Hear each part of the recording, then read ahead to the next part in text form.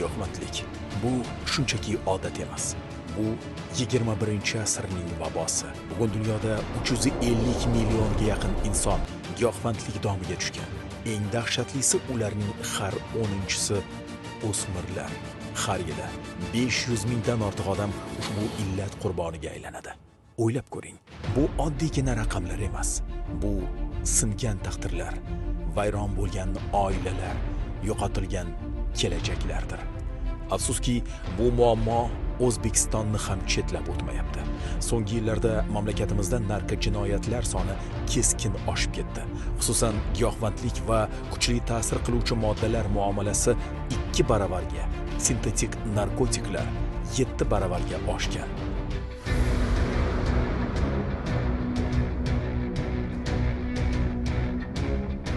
Bugun narkotik moddaning yangi, xavfli turlari paydo bo'lmoqda. Narkotiklar savdosi endi ko'chada emas, telefonda, ijtimoiy tarmoqlar va havolalar ortida yashiringan. Giyohvandlikning asosiy nishoni yoshlar.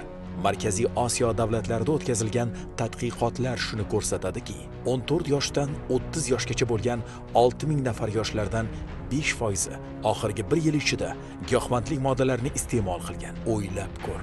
Giyohvand vositalarini bir marta sinab ko'rish bu qiziqish emas. Bu o'z kelajaging bilan o'ynashish. Giyohvandlik orzularni o'ldiradi, oilalarni vayron qiladi, inson irodasidan mahrum qiladi. Jinoyat va qaramlik botqog'iga tortadi. Bu jim olib borilayotgan pinhona urush. Unda g'alaba yo'q, faqat yo'qotish bor. Shuning uchun sukut bu juda xavfli. Befarqlik eng katta xatodir. Shiddat bilan o'zgarayotgan dunyoda giyohvandlik xavfi aholi genofondi uchun katta tahdidga aylanib bormoqda. Afsuski, bugungi globallashuv davrida bunday xavf-xatarlar O'zbekistonda ham chetlab o'tgani yo'q, bizda ham ta'siri juda kuchli bo'lyapti. Bu yil 1 yil ichida 14 mingdan ziyod giyohvandlik jinoyatlari qayd etilgan. Ularning 3000 ga yaqinini yoshlar sodir etyapti. Bu juda katta biz uchun xavf-xatar.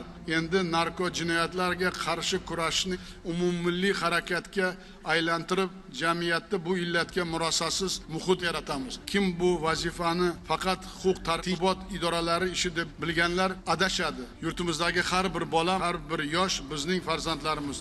Ularni giyohvandlik changaliga tashlab qo'yishga yo'l qo'ymasligimiz kerak. Giyohvandlikni tok tomiri bilan butkul yo'qotish yoshlarimizning kuchli ma'naviy ruhiy immunitetini shakllantirish bo'yicha barcha kuch va imkoniyatlarimizni safarbar qilishimiz zarur. Qachonki birlashsak va befarq bo'lmasak, bu baloga samarali qarshi kurasha olamiz.